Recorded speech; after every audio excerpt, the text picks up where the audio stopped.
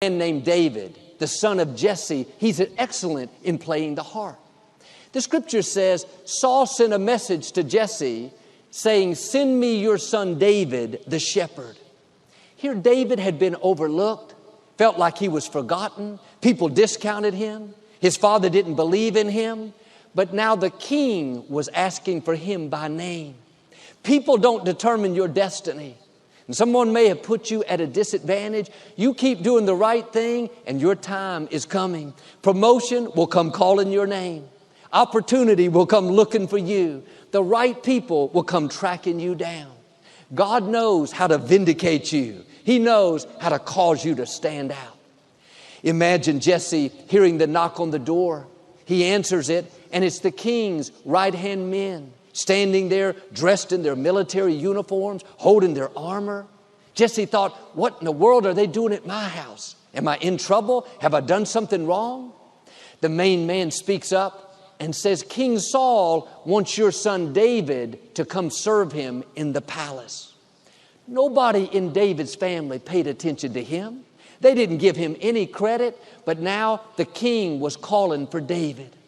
I'm sure Jesse nearly passed out. Word quickly spread throughout the neighborhood. The king asked David to come work for him. Now David is the talk of the town, esteemed, honored, looked up to.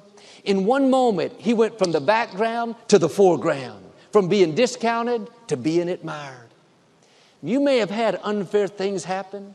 People left you out, tried to discredit you. God saw what happened. He's keeping the records. He hasn't forgotten about you. It may seem like you're falling behind. You could never reach your dreams now. It's too late. You've been stuck out in the shepherd's fields for too long. No, your time is coming. Keep doing the right thing when the wrong thing is happening. Keep being good to people that are not being good to you. You're going to come into one of these set times where God catapults you ahead. Sometimes God does things gradually, little by little, but there are moments where God will thrust you 20 years ahead.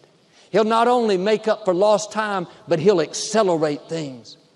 David went overnight from working in the shepherd's fields, the lowest position, to working with the king, the highest position. He didn't have to make it happen, try to manipulate things, talk people into helping him. The king sent for him. Like with David, you're going to see opportunity that comes looking for you that puts you years down the road. You're going to think, how did I get here? I didn't have the qualifications. I wasn't next in line. This should have taken me my whole life. But suddenly, God is going to thrust you ahead. Get ready for some set times of acceleration. Hebrews says, don't cast away your confidence, for it will be richly rewarded. It's easy to hear this and think, Joel, this is never going to happen for me. I've had a lot of bad breaks. I have big obstacles in my path. I'm way behind where I should be. That kind of thinking is going to limit your life. That's casting away your confidence. God is saying, your time is coming. I'm about to do something unusual, something uncommon. I'm going to thrust you ahead. I'm going to free you from that addiction you've struggled with for years. I'm going to vindicate you and pay you back for the wrongs. I'm going to take you from insignificant, mediocre to influential and powerful. Now you have to get in agreement with God.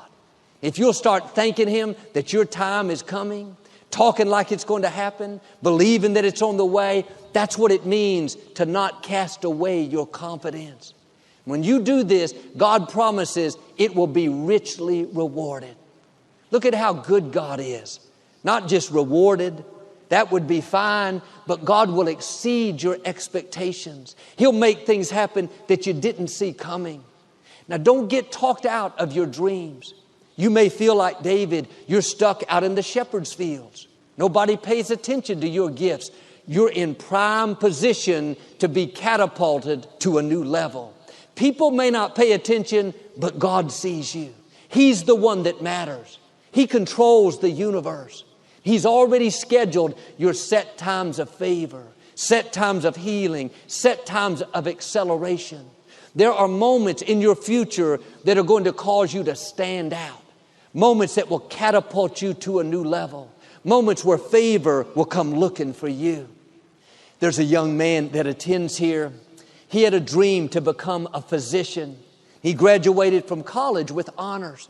He applied to 40 medical schools, but only 3 contacted him back. He interviewed with them. Unfortunately, he was turned down. He was so disappointed. This was always what he wanted to do. He had put all of his time and energy and focus into getting into medical school, but now that door had closed and he didn't understand it. He had worked so hard, but instead of being sour, he kept believing that his time was coming. He knew God didn't bring him this far to leave him.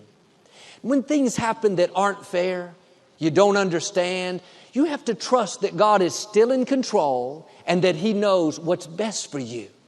His ways are not our ways. He doesn't always take us down the path that we thought. There will be times that doors close that don't make sense. People that should be for us are not around. We're doing the right thing, but the wrong thing keeps happening. None of this is a surprise to God.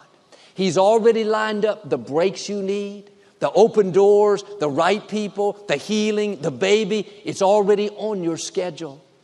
This young man attended a seminar for students wanting to get into medical school. One option they mentioned was working for the armed services. When he heard that, something ignited on the inside. He knew that's what he wanted to do. He met a gentleman there that took an interest in him and went out of his way to put in a good word for him. Recently, this young man received the news that he was accepted into the Armed Forces Medical School. He would not only receive a full scholarship, not have any cost for his medical education, but that he would be paid a very substantial salary while he attended college. What happened? He came in to one of his set times. If God had not closed those other doors, if a school would have accepted him earlier, he would have never seen this opportunity that was more than he could imagine. He never dreamed he would come out of medical school with no debt, being paid the whole time. Someone would have paid me, I would have stayed in college. If you won't cast away your confidence, God will richly reward you. You may have gone through some disappointments. Things didn't turn out the way you hoped. You don't know what God is up to. The reason He closed those other doors is because He has something better. Don't be discouraged by what didn't work out. Stay in faith. Your time is coming. The right opportunity is on the way. It's going to be better than you thought.